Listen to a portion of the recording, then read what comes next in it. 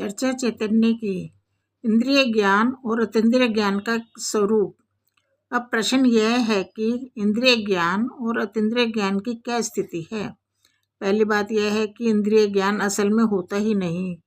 निगोद से लगाकर और सिद्धों तक जितना भी ज्ञान है वह सारा का सारा ज्ञान अतीन्द्रिय है, क्योंकि ज्ञान को इंद्रिय होती ही नहीं है। इसलिए पहली बात तो यह है कि इंद्रिय ज्ञान होता ही नहीं है। अब हम इंद्रिय ज्ञान उन संयोगों की ओर से माने, 5 इंद्रिय और मन का जो संयोग होता है, तो इधर से तो ये संयोग होता है और उधर वो ज्ञान का व्यापार करता है, परंतु यह कमजोरी का लक्षण है। जैसे स्पर्शन है, रसना है, ये इंद्रियां हैं ना, तो इन इंद्रियों के होने पर ज्ञान का व्यापार उसमें होता है।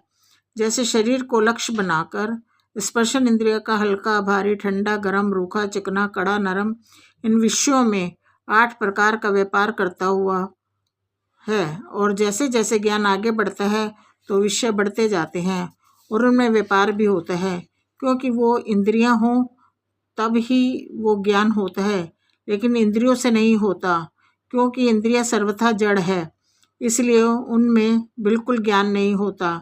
लेकिन इंद्रिय ज्ञान नाम इसलिए दिया क्योंकि इंद्रियां जब होती हैं तो वो ज्ञान परिवर्तनमान हो सकता है, होता है, ये नियम नहीं हो सकता। अभी अपने पास 5 इंद्रिय और मन है, लेकिन एक एक की प्रवृत्ति होती है, तो ज्ञान इनके अधीन कहाँ रहा।